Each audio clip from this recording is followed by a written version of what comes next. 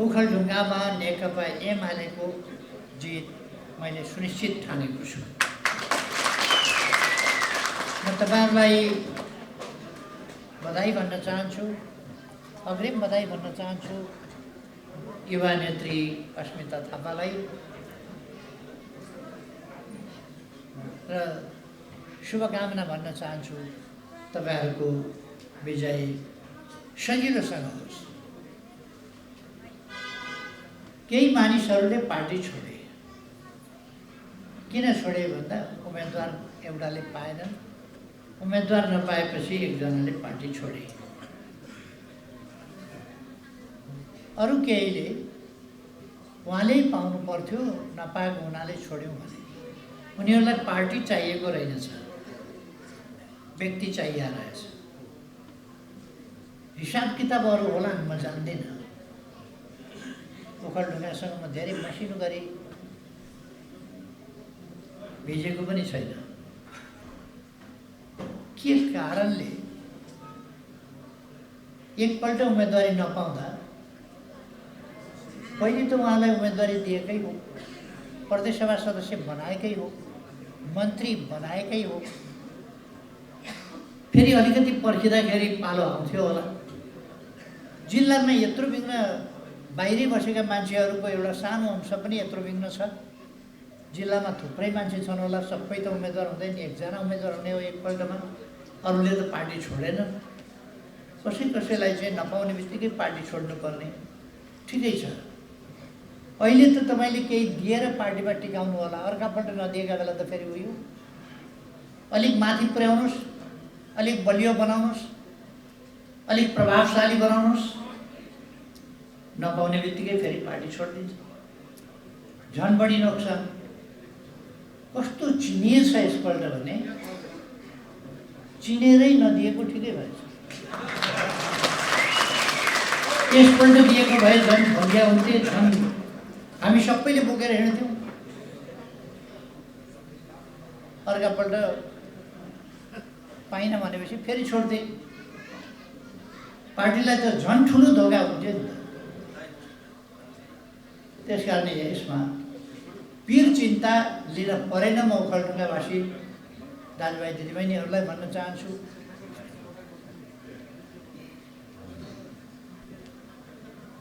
माननीय पूर्व रक्षा मन्त्री मानवीर राईजी आउनुभएको छ। आसन ग्रहणका लागि म आग्रह गर्छु।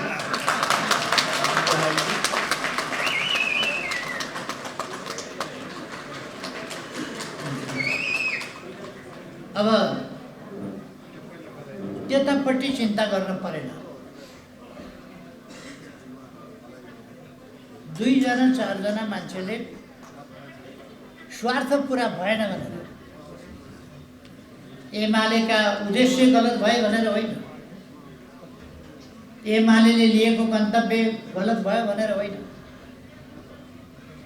एमालेको देश बनाउने संकल्प समृद्ध नेपाल सुखी नेपालीको गन्तव्य, यो राष्ट्रिय आकांक्षा पूरा गर्ने गन्तव्य गलत भयो भनेर होइन, नेकपा एमालेले लिएको राष्ट्रिय हितको बाटो गलत भयो भनेर पनि होइन,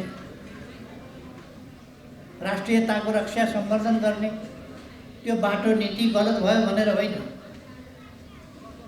आफ्नो निजी स्वार्थ एकछिन पूरा भएन भनेर छोड्दैमा नेकपा एमाले कमजोर हुन हुँदैन, कमजोर भएको छैन भन्ने म विश्वास गर्छु। र तपाईको यस उपस्थितिले, तपाईहरुको यो उत्साहले यसलाई पुष्टि गरेको छ। म तपाईहरु सबैलाई पार्टीको तर्फबाट धन्यवाद भन्न चाहन्छु। धेरै धेरै धन्यवाद। अब तपाईहरु समय मिलाएर ओखलढुङ्गा फर्किनुहोस्। जबसम्म फर्किन भ्याउनुहुन्न यहाँबाट फोन सक्रिय राख्नुहोस्। अहिले लडाई देश जलाउने कि देश बनाउनेका बीचमा छ। हामी देश बनाउने शक्ति हौं, देश बनाउने पार्टी हौं। अरु देश जलाउने पार्टी हुन सक्दैन। त्यसको जिम्मा पनि अहिले उनीहरूले स्वीकारिसके, हामी हौं भनेर। अब भविष्यमा देश चलाउँदै जाने कि बनाउँदै जाने, अराजकता मचाउँदै जाने कि विधिको शासन कानुनको राज बनाउँदै जाने कि बेचिती देशमा बढ्दै जाओस् भनेर त्यसका लागि अनुकूल बनाउने लडाइँ त्यसमा। यसपल्ट ओखलढुङ्गा जस्तो कालो ओह्रालो गर्नुपर्ने जिल्लालाई बाइक भने बाइक, स्कुटर भने स्कुटर, गाडी भने गाडी, पैदल भने पैदल, हिँडेर भने हिँडेर, कुदेर भने कुदेर प्रचार गर्न सक्ने अस्मितालाई हामीले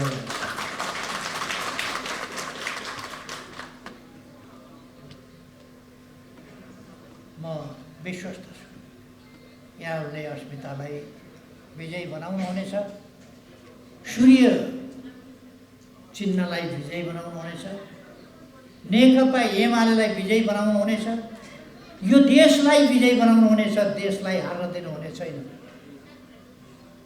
अस्मिता हार्नु भनेको 165 स्थान मध्ये एउटा ठाउँमा देश हार्नु,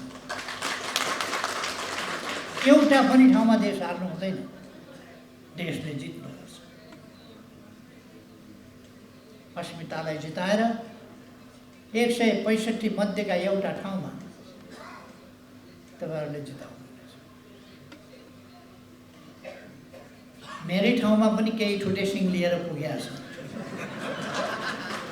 सिलौरी खेल्नु।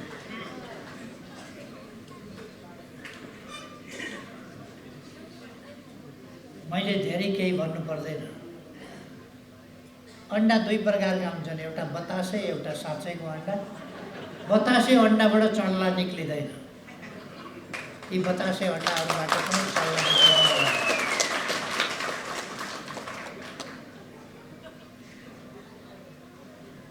यी बतासका खेती गरिरहेका छन्, यिनीहरूसँग सङ्गठन छैन, उद्देश्य छैन, विचार छैन, भोलि उठी कहाँ जाने केही थाहा छैन, फर्किआउने हो कि होइन त्यो पनि थाहा छैन।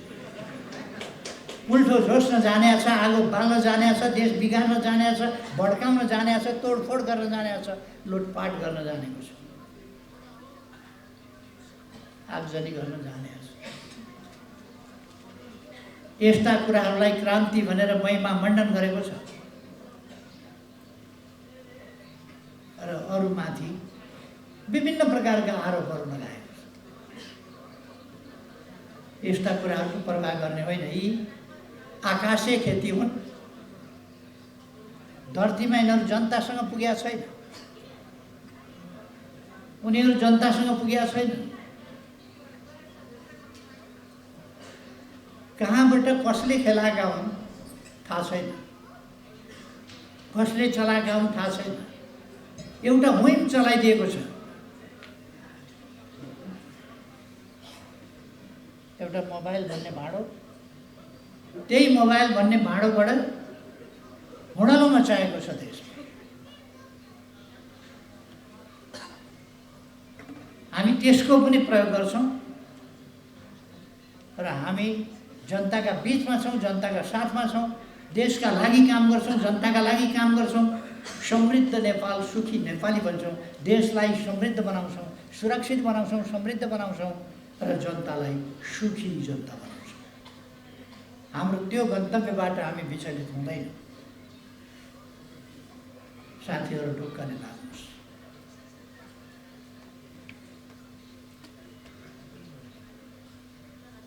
अब तपाईँहरू ओखलढुङ्गै फर्किनुहोस् अलिक समय।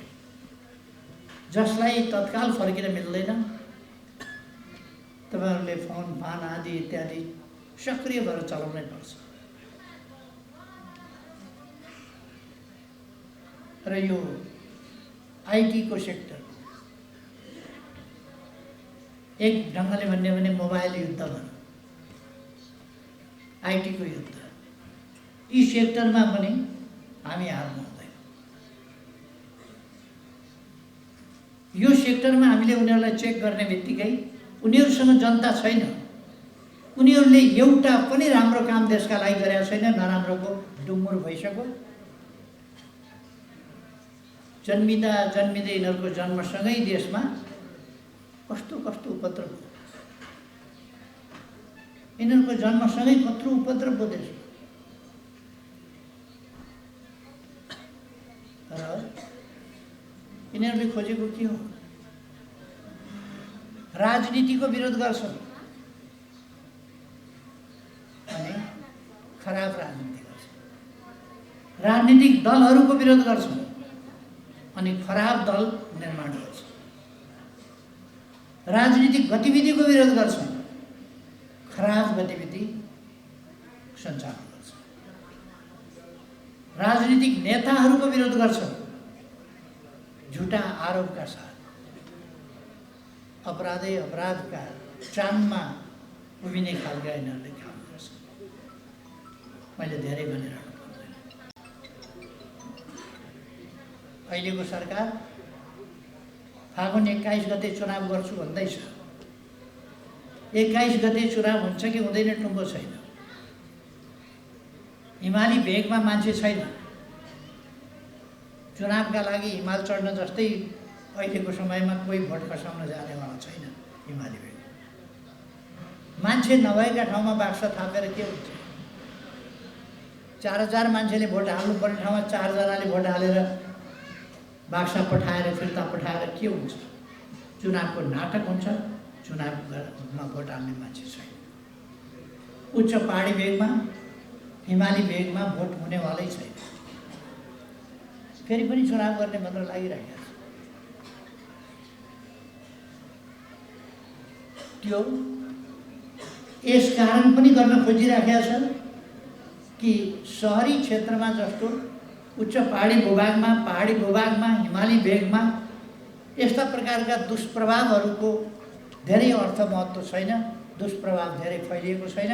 त्यहाँ राजनीतिक दलहरू बलिया छन्। त्यसकारण त्यहाँका मान्छे भोट हाल्न नहालेर के हुन्छ, त्यहाँ जित्तै बाक्सा फर्काएर के हुन्छ भन्ने उनीहरूलाई लागेको छ। त्यसकारण मान्छे नभएका बेला भोट नखसाउने बेला चुनाव गराउनु, यो खालको चलिरहेको छ। यस्तो गरेर चुनाव कसरी हो? अर्को कुरा, एउटा उत्पाद मचियो भदौ 23-24 गते उत्पाद मचाइयो यस देशमा जानिकन। देशलाई भयानक सङ्कटमा पारियो, राज्यलाई कमजोर पारियो, राज्य संयन्त्रलाई कमजोर पारियो, राजनीतिलाई कमजोर पारियो, राजनीतिक दलहरूमाथि अस्वीकार र थिचोमिचो भयो र अराजकताको बिगबिगी बढाइयो। त्यसबाट एउटा सरकार बनाएर संवैधानिक ढङ्गले उनले चुनावको मिति तोड्यो। राजनीतिक दलहरू, संसदका अत्यधिक बहुमत सांसदहरूले सम्मानित सर्वोच्च अदालतमा असंवैधानिक क्रियाकलाप भयो, संविधान बमोजिम गरी पाऊँ भनेर निवेदन दिएका छन्। यस्तोमा म सम्मानित सर्वोच्च अदालतलाई आग्रह गर्न चाहन्छु, यस्तोमा सम्मानित सर्वोच्च अदालत चुपचाप लागेर कानमा तेल हालेर बस्न मिल्दैन।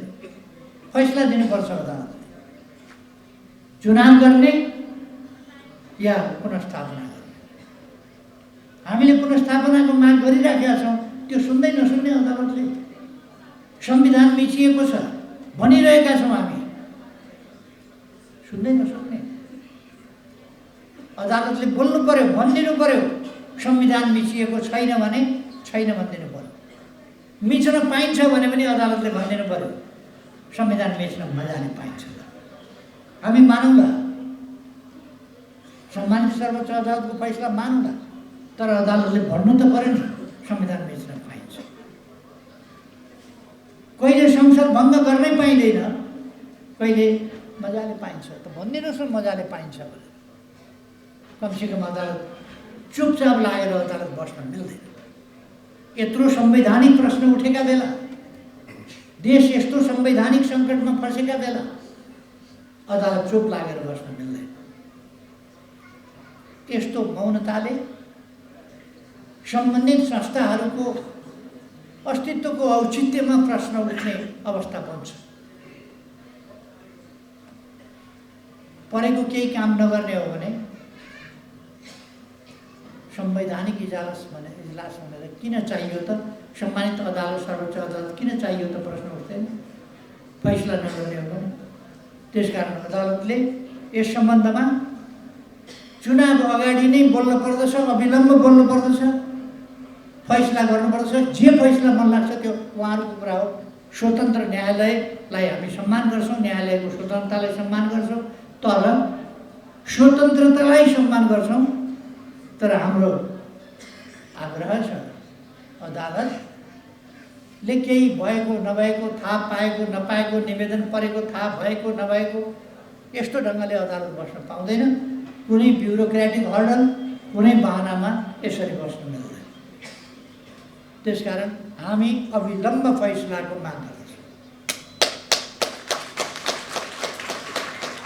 सरकारको काम स्वतन्त्र, निष्पक्ष, धाँधली रहित निर्वाचन गर्ने हो भने, निर्वाचन गराउने हो भने स्वतन्त्र निर्वाचन, धाँधली रहित निर्वाचन भयरहित वातावरणमा, शान्तिपूर्ण वातावरणमा सम्पन्न गराउनु पर्दछ। सरकार बिल्कुलै तटस्थ रहेर स्वच्छ निर्वाचन गराउनु पर्दछ। त्यो भूमिका सरकारले खेल्नु पर्दछ। यदि सरकार यसलाई जिताउने र उसलाई जिताउने भनेर लाग्छ भने त्यस्तो निर्वाचन स्वीकार्य हुँदैन, त्यस्तो परिणाम स्वीकार्य हुँदैन। त्यसले देशमा ठुलो अनिष्ट पैदा गर्नेछ। त्यस्तो भयो भने निर्वाचनको परिणाम स्वीकार्य हुने छैन। म अहिलेदेखि स्पष्ट रूपमा जानकारी गराउँछु। जे पनि सरकारले गर्दा हुन्छ भन्ने सोच्यो भने त्यो देशका लागि अनिष्ट हुनेछ, खुदै सरकारका लागि पनि अनिष्ट हुनेछ। अर्को कुरा म भन्न चाहन्छु, अस्ति संसदबाट निर्वाचित, जनताबाट निर्वाचित जनप्रतिनिधिहरूको संस्था संसदले बनाएको सरकार 10,000 मान्छे उफ्रिएर कराएर आगो लगाएर हटाउन सकिन्छ भने 10,000 होइन, लाखौँ मान्छे उठेर त्यस्ता परिस्थितिमा यस्ता असंवैधानिक सरकारलाई हटाउन कुनै लामो समय लाग्दैन। त्यो कुरा पनि एका राख्न म आग्रह गर्न चाहन्छु। शान्तिपूर्ण आन्दोलनबाट हटाउन सकिन्छ। अर्को कुरा म फेरि सम्मानित सर्वोच्च अदालततिर फर्केर चाहन्छु। त्यो के भने यस्तै ढङ्गले यो सरकार त बेग्लै कुरा भयो, यो त यो कुनै सरकारै होइन, योसँग शासन गर्ने अधिकारै छैन, जो निर्वाचितै छैन। यसलाई यो त कसैले टिको लगाइदिएको टिकै सरकार, यसलाई कसैले छानेको होइन, जनताले छानेको होइन, जनताले छानेका प्रतिनिधिको होइन, जनताले सरकार चलाउने अधिकार दिएको सरकारै होइन। यो त एउटा आर्टिफिसियल, कृत्रिम सरकार हो। मैले पहिलेदेखि भन्दै आएको छु। यस्तो सरकारले यसको सिफारिसमा संसद जसरी असंवैधानिक ढङ्गले भङ्ग गर्नु छ, त्यसको न्याय निरूपण नगर्ने अनि निर्वाचनमा जाने, निर्वाचन उत्तरी भेगमा भोटै हुन नसक्ने, मतदातै नभएको अवस्थामा निर्वाचनको नाटक गर्ने अनि सरकारको पक्षधरता कतैपट्टि हुनेर कसैलाई जिताउने कसैलाई हराउने खालका क्रियाकलाप भए भने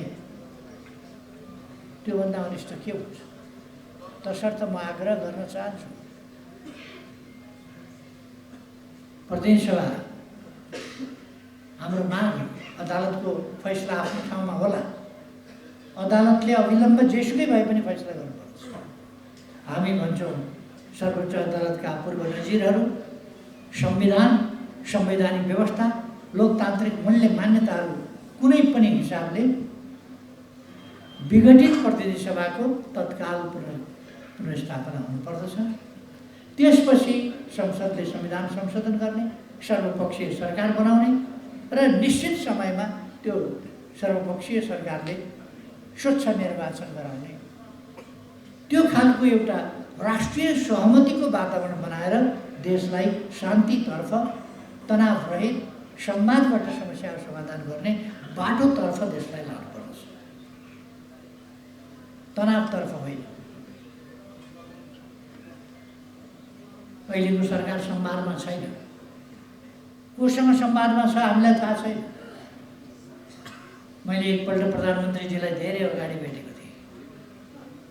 त्यसपछि सरकार के गरिरहेको छ थाहा छैन, के को तयारी गरिरहेको छ थाहा छैन। स्थायी सरकारले झैँ विभिन्न कामहरू सरकारले गरिरहेको देखिन्छ, चुनावमा केन्द्रित भएको देखिँदैन। चुनावका लागि वातावरण बनाउन सरकार कसिएको देखिँदैन, अथवा सरकारको लक्षण राम्रो देखिँदैन। चुनाव घोषणा भइसकेपछि कर्मचारीहरूको सर्व भएको छ। एकाधको यस कारणले भनेर उल्लेख गरेर, यस कारणले गर्दा गर्नु पर्यो भनेर निर्वाचन आयोगको स्वीकृति लिएर भन्ने कुरा एकाधका लागि हुन सक्थ्यो। तर थोरै होइन, ठुलो सङ्ख्यामा कर्मचारी, ठुलो सङ्ख्यामा प्रहरीको हेरफेर सरकारले गरिराखेका छ। के को अनुकूलता मिलाएर भइरहेका अधिकारीहरू हटाएर, समय नपुग्दै हटाएर अरू कर्मचारी पठाउनुको अर्थ के हो? त्यहाँ दलहरूमा यस विषयमा गम्भीर आशंका पैदा भएको छ। निर्वाचन आयोग यति बेला जुन ढङ्गले अगाडि बढिरहेको छ या जस्ता खालका फैसला दिँदै हिँडेको छ, यसले नेपालको डेमोक्रेसीको भविष्य कस्तो होला भन्ने गम्भीर आशंका। जसले जे फैसला भनेर गरिदिए पनि हुने, कानुन हेर्नु नपर्ने, केही हेर्नु नपर्ने, हो होइन सत्यासत्य पनि छुट्याउन नपरिकन कसैले भनेका भरमा फैसला हुने, यो कुनै दलप्रति लक्षित, पक्ष विपक्षप्रति लक्षित कुरा होइन। तर यो जुन सिलसिला, जुन प्रक्रिया सुरु भएको छ, जुन अभ्यास गरिएको छ, यो डेमोक्रेसीका लागि खतरनाक छ। प्रश्न त्यहाँ धेरै छ, डेमोक्रेसीका लागि खतरनाक छ, एउटा पार्टी विशेषको कुरा होइन। म त नेपालको न्याय, यस्ता निकायहरूले निष्पक्ष हुनुपर्दछ, शासित हुनुपर्दछ, कुनै प्रकारका प्रभावबाट मुक्त, लोभको होस्, पापको होस्, डरको होस्, भयको होस्, त्रासको होस्, आशंकाको होस्, कुनै पनि प्रभावबाट मुक्त भएर काम गर्नुपर्छ। त्यो ठाउँमा प्रभावबाट प्रभावित भएका कुराहरू यी प्रमाण हुन् भनेर व्यक्तिहरूले दिँदा खण्डन गर्न पनि नसक्ने स्थिति हुनु भनेको बहुतै दयनीय अवस्था। म आज यतापट्टि धेरै जान चाहन्न। आज कुरा छ मेरो प्यारो ओखलढुङ्गा। ओखलढुङ्गा सिद्धिचरण, कवि सिद्धिचरण, युग कवि सिद्धिचरण श्रेष्ठको ठाउँ हो, जो राणा कालमा कवि सिद्धिचरण श्रेष्ठले कविता लेखे बापत 18 वर्षको जेल सजाय प्राप्त गर्नुभएको थियो। उहाँको जेल सजायलाई पछि साह्रै लामो भयो भनेर 7 वर्ष घटाइएको थियो। पछि 3 वर्ष भोग्दा नभोग्दा राणा शासन ढल्यो र उहाँ जेलबाट मुक्त हुनुभयो। 3-3.5 वर्ष उहाँ जेल बस्नु। त्यस्ता युग कवि, युगको चेतना, युगको जागरण, युगको आवाज बोल्ने कवि भएको हुनाले कवि सिद्धिचरण श्रेष्ठलाई युग कवि भन्यो। त्यस्ता सचेत उहाँका कविता युगलाई झकझकाउने खालका छन्, झकाउने खालका छन्। युवाहरूका लागि छन्, सचेत वर्गका लागि छन्, आम जनसमुदायका लागि छन्। त्यस्तो कविको प्यारो ओखलढुङ्गा गलत बाटोमा हिँड्न हुँदैन, बाटो बिराउनु हुँदैन। र यसले युग कविको समय चेतको, युग चेतको, त्यसको प्रतिनिधित्व ओखलढुङ्गाले गर्न सक्नुपर्छ। म साथीहरूलाई आग्रह गर्न चाहन्छु, र तपाईँहरूमा यो चेत देखेर म अत्यन्तै प्रसन्न पनि भएको छु र मैले अपेक्षा गरेको छु एमाले कमजोर छ ओखलढुङ्गामा भन्ने भाष्य खडा गर्न खोजिएको छ, त्यो होइन। एमाले कमजोर छैन र हुनै सक्दैन, हुनै हुँदैन एमाले कमजोर। हामीले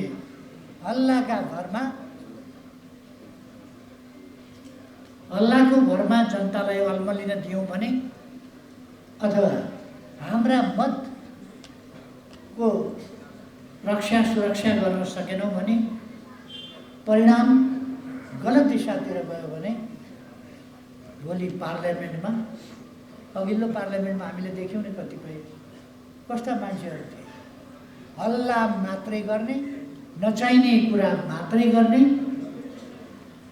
बहिष्कार मात्रै गर्ने, मुख छाडेर मात्रै बोल्ने, कस्तो असभ्य खालका मान्छेहरू, तमिज नभएका मान्छेहरू, कस्ता मान्छे भेला त्यस्तै बेला भएछ। हाम्रो संसदलाई देशका लागि सही ढङ्गले कानुन बनाउने थलो बनाउनु पर्दछ। हाम्रो संसदलाई आवेश उत्तेजना होइन, गम्भीर चिन्तन मनन बहस गर्ने, देशलाई निकास दिने, देशका लागि नीति निर्माण गर्ने, देशका लागि उपयुक्त बजेट बनाउने पास गर्ने, देशका लागि समसामयिक ढङ्गले नयाँ कानुन तर्जुमा गर्ने, पुराना भएका कानुनहरूलाई संशोधन गर्ने र संविधानमा कहाँ कमी देखिए तिनलाई समेत संशोधन गर्ने जस्ता अत्यन्तै गहन जिम्मेवारी संसदका काममा हुन्छ। संसदलाई जिम्मेवार बनाउन, गहकिलो बनाउन सांसदहरूको भूमिका त्यस अनुसारको हुनुपर्छ। त्यसर्थ म आग्रह गर्न चाहन्छु एमाले अस्मिता थापालाई त्यत्तिकै उम्मेदवार बनाएको होइन। अस्मिता थापा एउटा विवाहित महिला हुन्, बचाउन मात्रै बाँकी छ।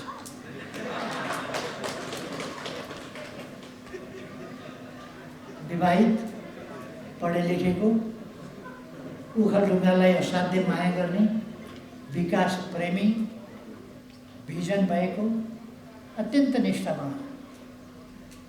म जिम्मा लिन्छु अस्मिता थापाले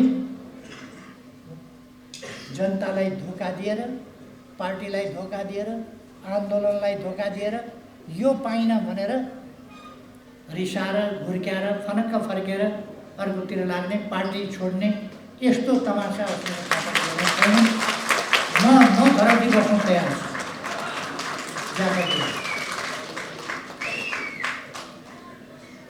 त्यसकारण परिपक्व, उमेर युवा,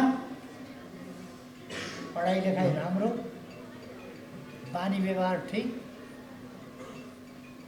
ओखलढुङ्गाकी छोरी, ओखलढुङ्गाकी बुहारी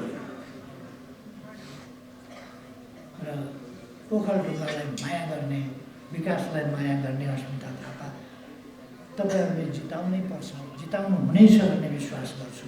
र ओखलढुङ्गाका दाजुभाइ दिदीबहिनीहरू हेरिरहनु भएको होला, सुनिरहनु भएको होला, म उहाँहरूसँग पनि यही अपेक्षा गर्दछु। मेरो धेरै धेरै शुभकामना।